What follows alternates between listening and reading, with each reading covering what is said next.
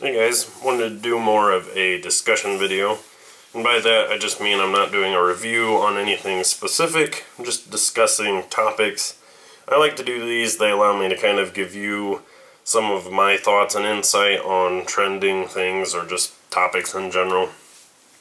This one is on kind of what seems to be like a traditional knife boom, and admittedly I myself am just getting into traditionals even more. I had gotten into them somewhat last year, but I'm really starting to get more into them this year. In front of you, you're probably familiar with the number 99 and the number 15 patterns from GEC. The number 15 is a good example of what seems like the traditional knife boom. And for example, last year when I bought my very first number 15, it was a yellow smooth bone clip point. And the store I was looking at it in actually had them in stock for multiple days. And now you don't really see that. Now when they're in a store, they sell out pretty much instantly. In fact, a lot of stores are doing pre-orders and kind of early bird reserves, which give you the first shot, and the only time they end up hitting the storefront is if not everybody fulfills their pre-order. And number 15s are also taking a huge price jump in the secondary market. Just last night I looked at a very similar one to mine, except it was single blade and not a factory second.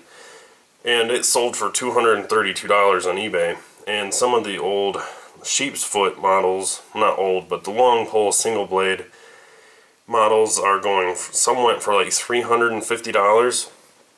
For those, that's like over 3.5, almost like 3 times the cost of what they originally were in store. And I mean no disrespect to anybody who bought it or sold it, that's just a huge leap, so it means the demand is really high and the supply is getting lower. The number 77 frame from GEC is another good example. The Washington Jack, the medium Barlow, and the man, what was the other really popular? Well, those are the 2 big ones, and then they also did a couple other ones, but those were really in high demand. The Blade Forum knife, that was the other one. Those all were in really high demand. They're very hard to find. It took me quite a while to get the Blade Forums model that I had. And so you're pretty much seeing a lot of what was already limited runs now becoming even more sought after. And I think it's just more people being drawn into them. Tactical knives have their own charisma to them, but there's just something kind of different to traditional knives, the way they're made. I don't know, it seems to me almost kind of like pocket watches. I mean, I know those are mechanical, but I don't know, it's just that kind of hand, it's just a tradition. It's, you know, our grandfathers and even their grandfathers carried knives like these, so it's just neat, and it's neat to see that we aren't losing all of the historical little neat things that our country has had and other countries have had. There are a lot of great traditional knives from other countries as well. So just seeing a lot more people getting into them, and the demand is going up, and I think it's neat. I think it's a neat trend.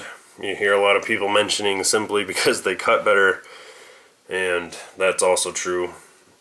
And I've been into knives that cut really well for quite a while. Traditionals are a great way to do it, and they're a little cheaper in general than traditional knives.